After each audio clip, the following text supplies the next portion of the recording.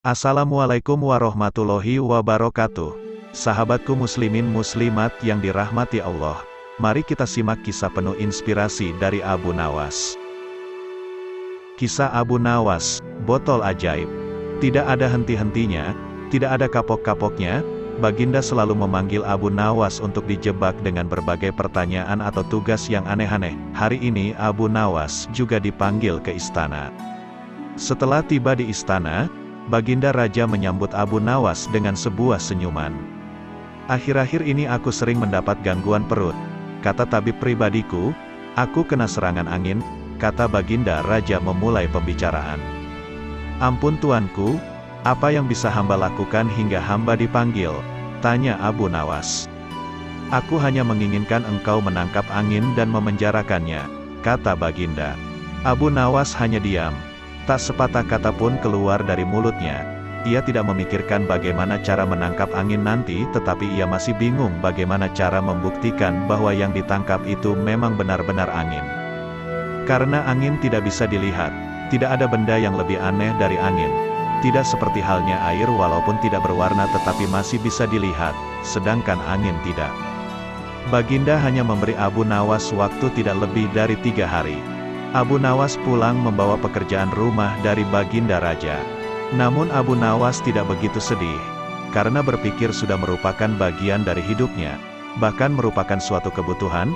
Ia yakin bahwa dengan berpikir akan terbentang jalan keluar dari kesulitan yang sedang dihadapi, dan dengan berpikir pula ia yakin bisa menyumbangkan sesuatu kepada orang lain yang membutuhkan, terutama orang-orang miskin. Karena tidak jarang Abu Nawas menggondol sepundi penuh uang emas hadiah dari Baginda Raja atas kecerdikannya.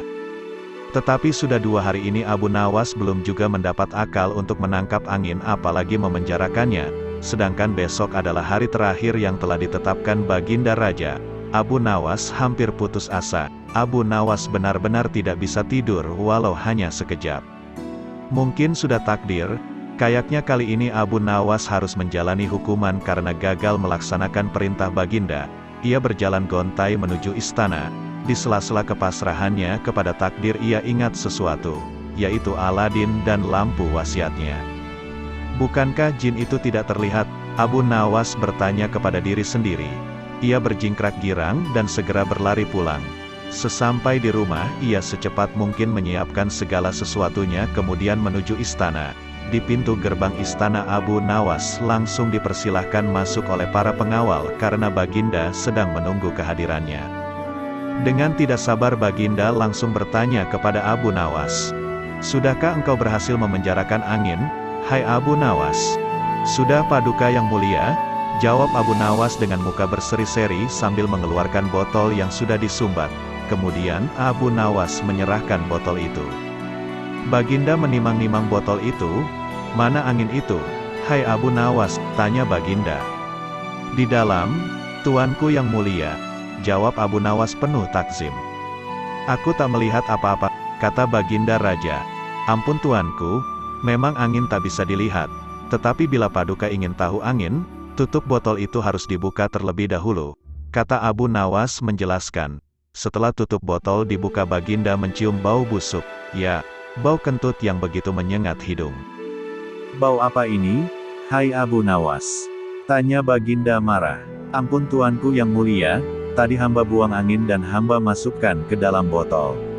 Karena hamba takut angin yang hamba buang itu keluar maka hamba memenjarakannya dengan cara menyumbat mulut botol, kata Abu Nawas ketakutan.